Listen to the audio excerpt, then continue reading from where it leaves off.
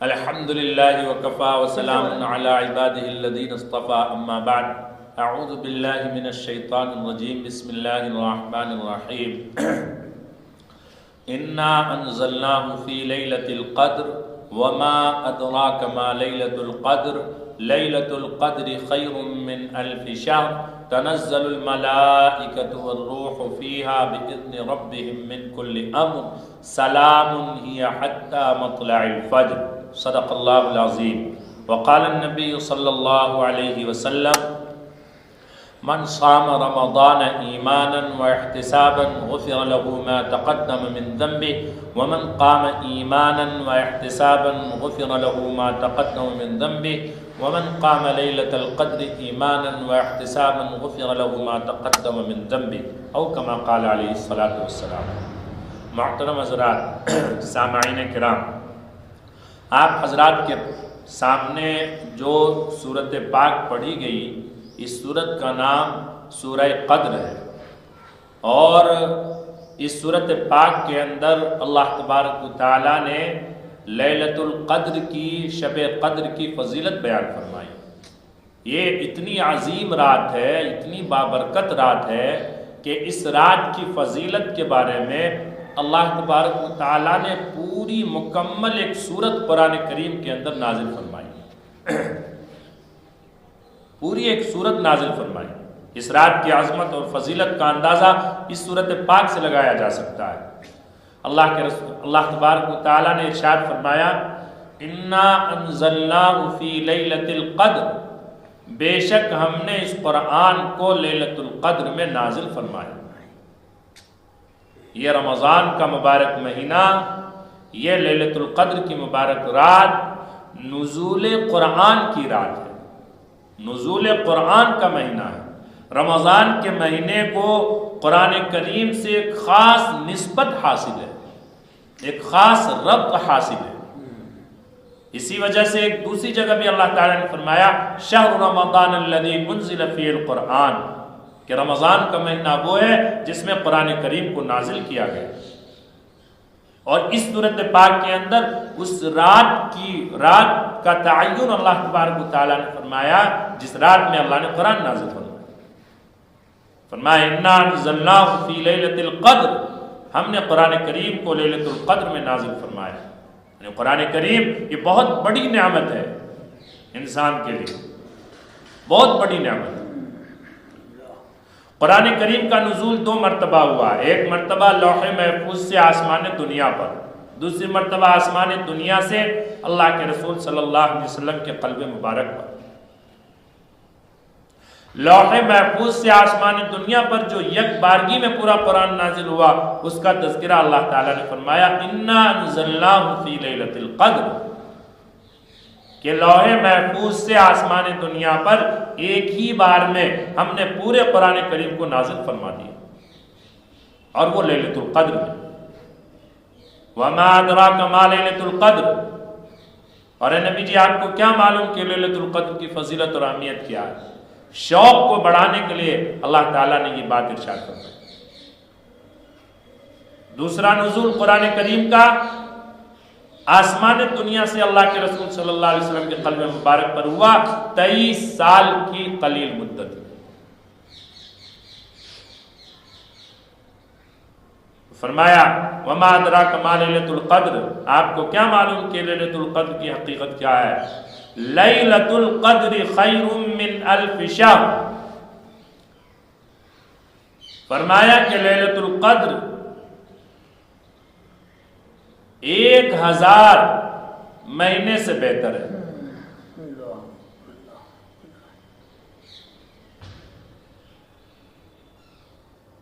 ایک 1000 مہینے سے بہتر ہے یہ رات، ایک رات، اور 1000 مہینوں کا اگر آپ حساب لگائیں تو تقریباً 88 سال 4 ماہ ہوتے ہیں۔ ایک رات میں اگر کسی نے عبادت کی تو گویا اس نے 88 سال 4 ماہ عبادت میں گزار دی۔ اللہ، اور 5 رات اگر کسی نے عبادت کر لی تو اس کے ثواب کا اور اس کی نیکی کا کیا عالم ہے؟ یہ تو اللہ تبارک و تعالیٰ کی مہربانی ہے کہ اللہ تعالیٰ نے امت محمدیہ صلی اللہ علیہ وسلم کی عمریں کم رکھی ہیں، لیکن لیلۃ القدر جیسی عظیم رات دے کر اللہ تبارک و تعالیٰ نے امت محمدیہ صلی اللہ علیہ وسلم پر احسان کا معاملہ فرمایا کہ ایسی عظیم رات، ایسی مبارک رات اللہ نے کسی امت کو عطا نہیں فرمایا۔ پچھلی امت کی عمریں بہت زیادہ رہی ہیں، 500 سال، 600 سال، 700 سال، 300 سال تک عمریں تھی پچھلی امت کی۔ یہ خیال آیا صحابہ کے دلوں میں، اور بسا اوقات صحابہ نے پوچھ بھی لیا کہ یا رسول اللہ پچھلی امتوں کی عمریں تو اتنی زیادہ ہوئی ہیں، ہماری تو اتنی عمریں نہیں ہیں، ان کی نیکیاں اور ان کی عبادتیں تو زیادہ ہوں گی۔ تو اس موقع سے اللہ تعالیٰ نے یہ سورت نازل فرما دی، فرمایا کہ لیلۃ القدر یہ نعمت دے کر کے میں نے تم پر احسان کیا، اور اگر تم نے 1 رات عبادت کر لی یا 5 رات عبادت کر لی اور 10 رات عبادت کر لی، اور اپنے 60-70 سال کی زندگی میں ہر سال اگر تم نے لیلۃ القدر میں جاگ کر عبادت کر لی اور جاگ کر پوری رات گزار دیا اللہ کو راضی کرتے ہوئے، تو پچھلی امتوں کے عمروں سے بھی زیادہ ثواب اللہ تعالیٰ تم کو عطا فرمائے۔ تو لیلۃ القدر کی ہم سب کو، تمام مسلمانوں کو قدردانی کرنی چاہیے۔ وہ فیصلے کی رات ہے، سال بھر کے بجٹ کی رات ہے۔ وما ادراک ما لیلۃ القدر لیلۃ القدر خیر من الف شہر۔ اللہ کے رسول صلی اللہ علیہ وسلم لیلۃ القدر کو پانے کے لیے آپ نے پورے رمضان کے مہینے کا اعتکاف فرمایا، پھر 20 دن کا اعتکاف فرمایا، پھر آپ نے فرمایا کہ لیلۃ القدر کو اخیر عشرے میں تلاش کرو، کیونکہ مجھے بتانے والے فرشتے نے بتایا کہ لیلۃ القدر اخیر عشرے کی طاق راتوں میں ہے۔ پھر ساری زندگی اللہ کے رسول صلی اللہ علیہ وسلم نے اس مبارک رات کو پانے کے لیے آپ نے اعتکاف فرمایا، رمضان کے اخیر عشرے کا آپ نے اعتکاف فرمایا۔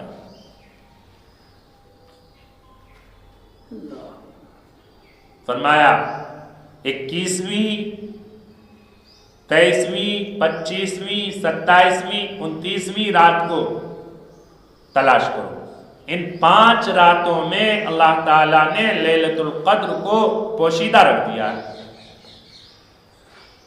یہ 5 طاق راتیں ہیں لیلۃ القدر، اور جتنی بھی قیمتی چیزیں ہیں اللہ تعالیٰ نے ان کو پوشیدہ رکھا ہے، آپ دیکھ لیجیے۔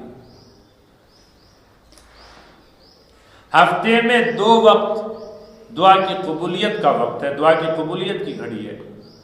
اس دعا کی قبولیت کی گھڑی کو اللہ تعالیٰ نے 2 وقتوں میں چھپا دیا، پوشیدہ رکھ دیا۔ جمعہ کے دن فرمایا کہ جب امام خطبہ کے لیے نکلتا ہے، منبر پہ بیٹھتا ہے، اس وقت سے لے کر نماز کے ختم ہونے تک دعا کی قبولیت کی گھڑی۔ دوسرا وقت جمعہ کے دن عصر کی نماز کے بعد سے مغرب کی نماز کا وقت جو ہے وہ دعا کی قبولیت کا وقت ہے، دعا کی قبولیت کی گھڑی۔ انسان کی زندگی کو اللہ تعالیٰ نے پوشیدہ رکھا ہے، انسان کی عمروں کو اللہ نے پوشیدہ رکھا، بتایا نہیں کون کتنے سال زندہ رہے گا۔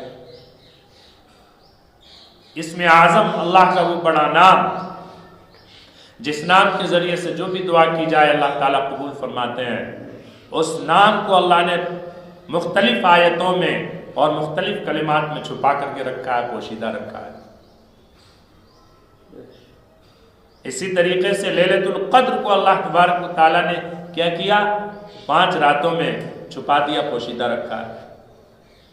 تو ان 5 راتوں میں، طاق راتوں میں لیلۃ القدر کو تلاش کرنا چاہیے، اور لیلۃ القدر کو حاصل کرنے کا سب سے بہترین طریقہ رمضان کے آخر عشرے میں اعتکاف میں بیٹھنا ہے۔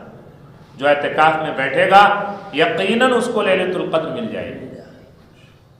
تو فرمایا کہ لیلۃ القدر خیر من الف شہر، آگے فرمایا تنزل الملائکۃ والروح، کہ اس مبارک رات میں فرشتے زمین پر اترتے ہیں،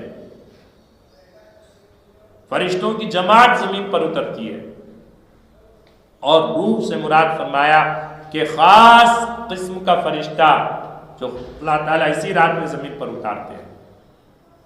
اور ایک روایت میں روح سے مراد تمام فرشتوں کے سردار حضرت جبرائیل علیہ السلام ہے کہ وہ فرشتوں کی جماعت کے ساتھ زمین پر اترتے ہیں اور عبادت کرنے والوں سے مصافحہ کرتے ہیں، ان کو سلام پیش کرتے ہیں اور ان کو مبارکبادی پیش کرتے ہیں۔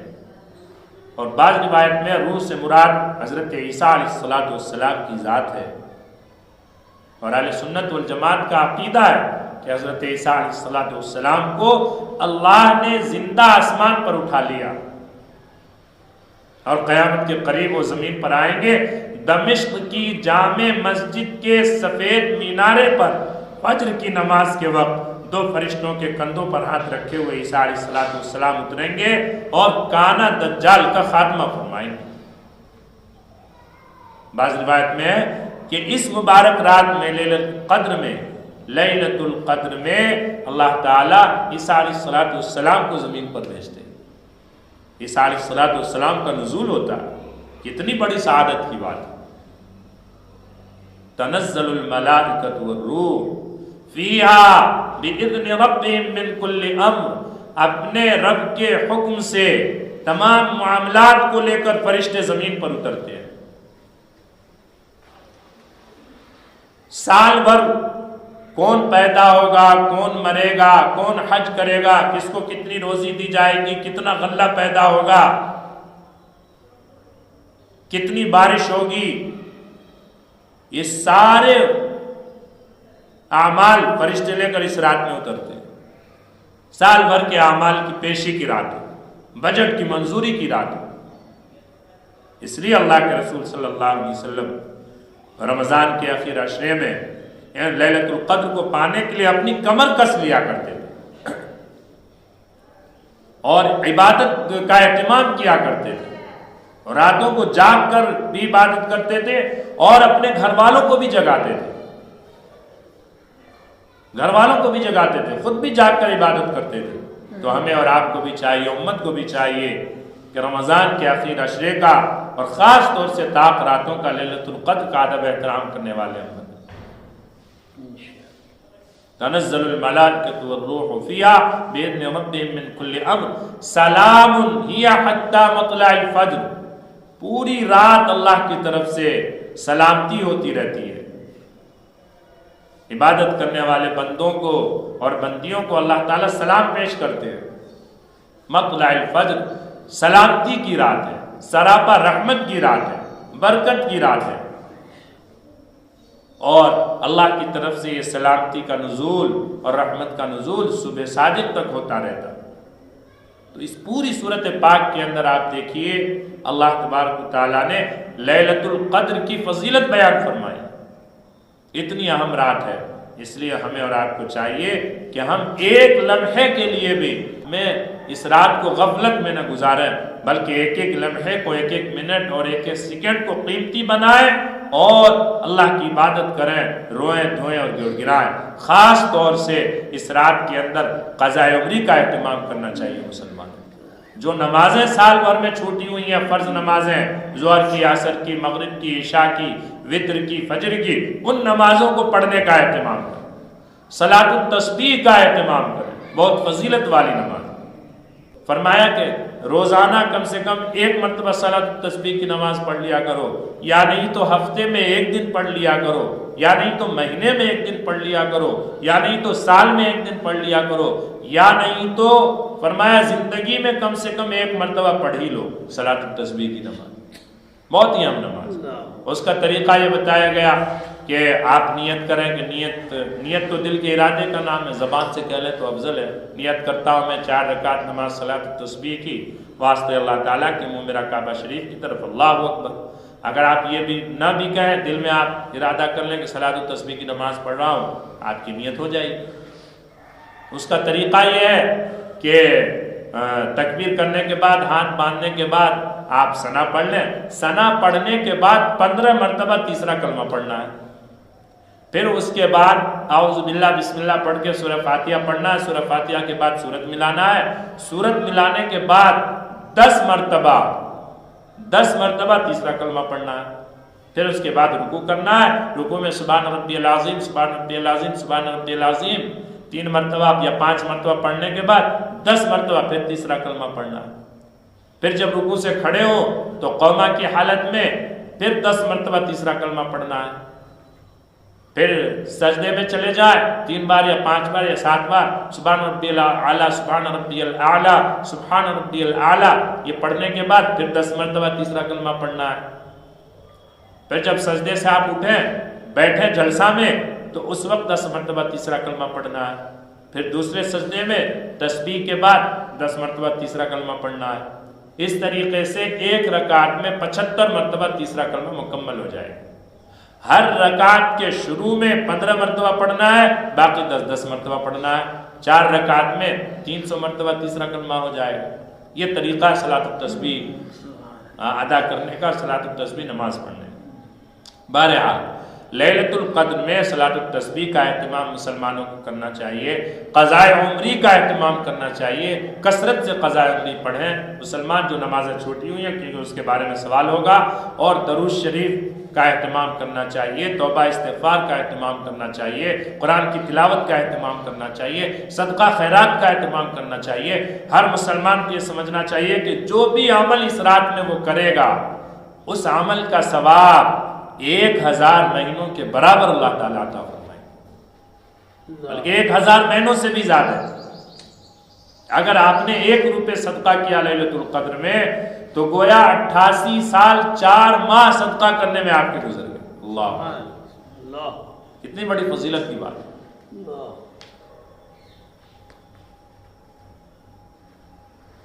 درود شریف کا اہتمام اور اسی طریقے سے تہجد کا اہتمام، قرآن کی تلاوت کا اہتمام، قضاء عمری کا اہتمام اس رات کے اندر کرنا چاہیے.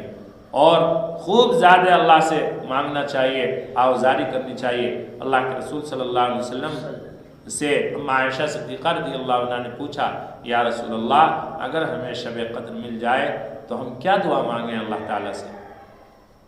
آپ صلی اللہ علیہ وسلم نے ارشاد فرمایا اگر تمہیں شب قدر مل جائے تو تم یہ دعا مانگنا اللہم انکا عفو تحب العفو فاعف عنی. یا اللہ تو معاف کرنے والا ہے، معافی کو پسند کرتا ہے، بس مجھے بھی معاف فرما. یہ خاص دعا ہے لیلۃ القدر کی، یہ خاص دعا ہے شب قدر کی جو اللہ کے رسول صلی اللہ علیہ وسلم نے اما عائشہ صدیقہ رضی اللہ عنہا کے سوال کے جواب میں ارشاد فرمایا. اور بہت ہی مختصر ہے، ہر مسلمان مرد عورت اس دعا کو یاد کر سکتا ہے. اگر کچھ نہ بھی یاد ہو تو کم سے کم یہی دعا مانگ لے تو اس کے لیے کافی. اللہم انکا عفو تحب العفو فاعف عنی. باقی قضاء عمری کا صلاۃ التسبیح کا زیادہ اہتمام کرنا چاہیے. اللہ تبارک و تعالی ہم سب کو لیلۃ القدر میں اہتمام کے ساتھ عبادت کرنے کی توفیق نصیب فرمائے. آمین. وآخر دعوانا الحمدللہ رب العالمین.